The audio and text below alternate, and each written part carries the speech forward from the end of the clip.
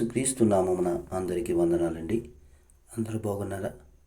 మరి మీ అందరూ బాగుండాలని అనుదినము నేను క్షేమంగా ఉండాలని దేవుడికి నేను ప్రార్థన చేస్తున్నాను. అలాగే నా కొరకు, నా యొక్క పరిచర్య కొరకు ప్రార్థిస్తున్న మీ అందరికీ ప్రేమపూర్వక వందనాలు చెల్లిస్తున్నాను.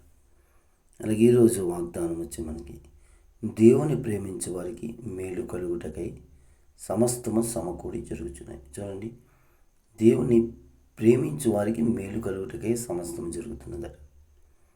అపొస్తలుడైన పౌలు గారు రోమీయులకు రాసిన పత్రిక 8వ అధ్యాయము 28వ వచనం ఒకసారి చూద్దాం. దేవుని ప్రేమించు వారికి అనగా ఆయన సంకల్పము చెప్పున పిలువబడిన వారికి మేలు కలుగుటకై సమస్తమును సమకూడి జరుగుచున్నవని ఎరుగుదుము. ఎందుకనగా తన కుమారుడు అనేక సహోదరులు జ్యేష్ఠుడగునట్లు దేవుడు ఎవరిని ముందు ఎరిగినో వారు తన కుమారుడితో సారూప్యము కలవారు ఒకటకు వారిని ముందుగా నిర్ణయించెను. మరియు ఎవరిని ముందుగా నిర్ణయించెనో వారిని పిలిచెను. ఎవరిని పిలిచెనో వారిని నీతిమంతులుగా తీర్చెను. ఎవరిని నీతిమంతులుగా తీర్చెనో వారిని మహిమపరిచెను. చూసారా సోదరి సోదరా, దేవుని ప్రేమించడం ద్వారా ఆయన సంకల్పం చెప్పున పిలువబడిన మనకి మేలు కలగటకే సమస్తం జరుగుతున్నాయి. దేవుని ప్రేమించే వారికండి కొద్దిగా ఇబ్బంది, కష్టం వస్తాయి. అపవాది రకరకాలుగా మనల్ని ఆటంకపరుస్తుంటాడు.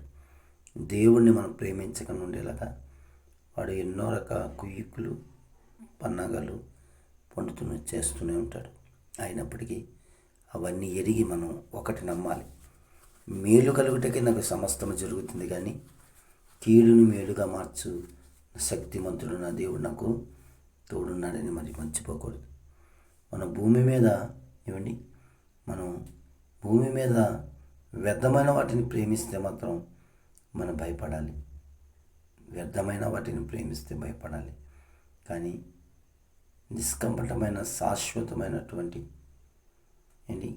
క్రీస్తు యేసుతో పాటు మనం కూడా మరి ఆయన ప్రేమ కలిగి ఆయన రూపంలో మారుతూ ఆయన వలె మనం ఎదుటివారిని ప్రేమించగల మనస్సు ఉంటే కనుక ఏదొచ్చినా సరే దాన్ని కీడుని మేలుగా మారుస్తాడు.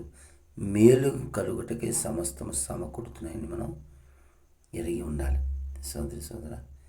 ఎందుకంటే ఆయన మనల్ని పిలుచుకున్నాడు, ఏర్పరచుకున్నాడు కనుక. అదే ఇక్కడ వాక్యం సెలవిస్తుంది కదండి.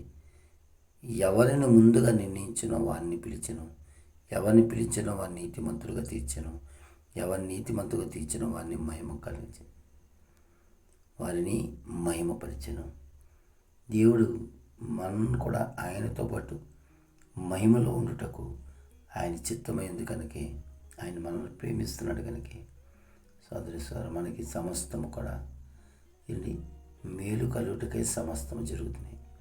చిన్నపిల్లలు చూడండి, తల్లిదండ్రులు పిల్లలు చదవకపోయినప్పుడు స్కూల్కి వెళ్ళని మారా చేసినప్పుడు కొట్టో నయాన్నో భయాన్నో స్కూల్కి పంపుతారు. ఎందుకు? కొడితే వాళ్ళకైనా సరదా, కొట్టడం వల్ల వాళ్ళకి ఇష్టమా, లేదా మనం ఏడడం వాళ్ళకి ఇష్టమా? పిల్లలు ఏడడం కాదు కదా. వారికి ఏంటంటే తద్వారా స్కూల్కి పంపించాలి. అది మనకి ఎంత మంచిదండి. చిన్నప్పుడు బడికి వెళ్ళినప్పుడు దండించి మనకి బడికి పంపించినప్పుడు మనం ఉన్నత చదువులు చదువుకొని గొప్ప ప్రయోజకులైనప్పుడు ఎవరికి అది మేలు? మనకే కదా. కనుక సోదరి సోదరా, మనకి ఏదైనా సరే అది దేవుడు మనకి మేలుకే చేస్తున్నాడు, కానీ కీడుకు కాదు. మన తల్లిదండ్రులు మనం దండించిన, క్రమశిక్షణ పెట్టిన మన మేలు కొరకే. అలాగే మన పరమ తండ్రి అయిన పరలోకపు తండ్రి నిన్ను నన్ను శిక్షిస్తున్నాడంటే నిన్ను నన్ను మహిమలోకి తీసుకెళ్ళడానికి, మేలు కలుగుటకే సమస్తము జరుగుతున్నామని మనం నమ్మాలి. సోదరి సోదరి, నమ్ముతే నీ వల్లైతే నమ్మవారికి సమస్తము సాధ్యమే. కనుక మన దేవుడు ఏది చేసినది మన మేలుకే. ఇంకా మనకు బాధం అన్నట్టు మాట చెప్తా. డాక్టర్ దగ్గరికి వెళ్తే మనకి ఇండిషన్ చేస్తారు. ఇండిషన్ చేసిన నొప్పి వస్తుంది, కానీ ఆ ఇండిషన్ ద్వారా మనకి ఏమవుతుందండి? అనారోగ్యం కాస్త తగ్గడానికి అవకాశం ఉంది. కనుక ఇండిషన్ చేస్తున్నారు. అని కొంచెం నొప్పి నువ్వు పట్టుకుంటే ధరించాలి. కొంచెం నొప్పి కనుక నువ్వు ఓపిక పట్టగలిగితే ఎంతో గొప్ప బాధ నుంచి మనకి ఏమవుతుందండి, మనకి ఎంతో గొప్ప బాధ నుంచి మనకి విడుదల కలుగుతుంది. అలాగే మనకి మేలు జరుగుటకి సమస్తం జరుగుతున్నామని, ఏది జరిగినా అది నా దేవుడు నాకు దీవెనగానే మారుస్తాడని నమ్మాలి. ఎవరు నమ్మగలరంటే ఆయన్ని ప్రేమించే వారే నమ్మగలరు. ఎందుకంటే ఆయన్ని ప్రేమించిన వారు అన్నట్టు కూడా సిగ్గుపడరు.